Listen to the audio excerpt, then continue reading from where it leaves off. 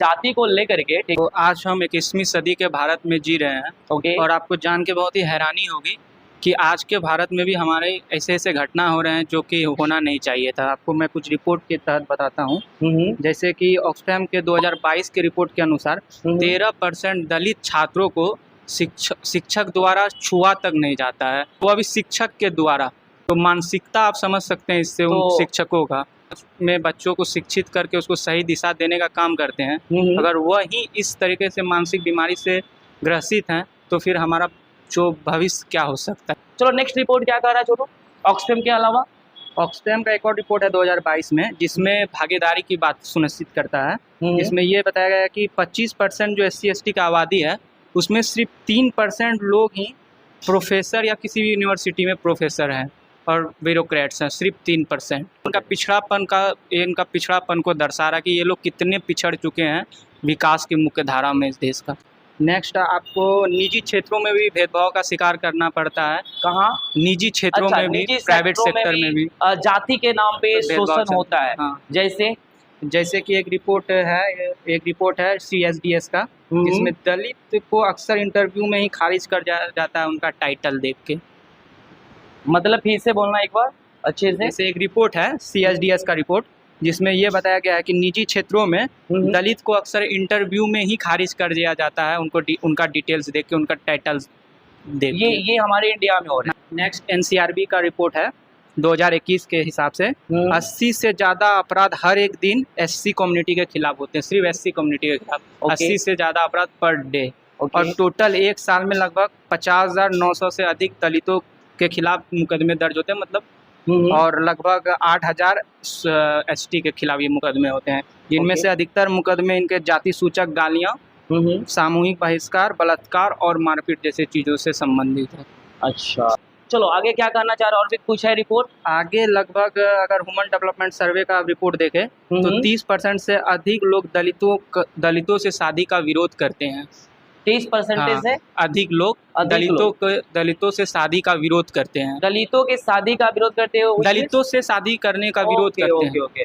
30% से अधिक लोग दलितों से शादी करने का विरोध करते हैं। और 27% लोग लगभग दलितों के साथ खाना तक नहीं खाते हैं। और 27% लोग आज भी दलितों के साथ खाना खाना पसंद नहीं करते। ये ह्यूमन डेवलपमेंट का रिकॉर्ड है। अरे बाप रे बाप। और बताओ। और सर लगभग दलितों की संख्या, मतलब SC ST की संख्या अगर आप देखें तो लगभग 25% है। पर अगर आप इनको भूमि में देखें कितना परसेंट इसके पास भूमि है तो सिर्फ 9% भूमि है।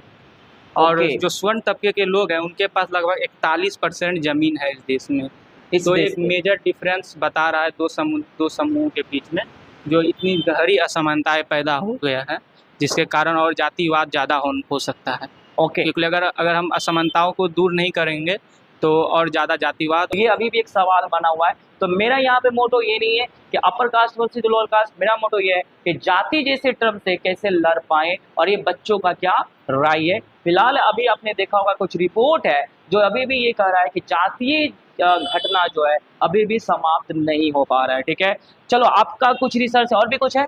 सर जैसे अभी आप बोले कि जाति को कर्म के निर्धारित पे बनाया गया था, तो इस पर मैं कहना चाहूँगा कि जैसे किसी भी जाति को जो कर्म पे बनाया गया था, क्या इसलिए बनाया गया था ताकि विकास हो सके, चौतरफा विकास हो सके, सबको अपना अपना काम दे सके और काम सुनिश्चित कर सके, और इससे चौतरफा विकास हो सके।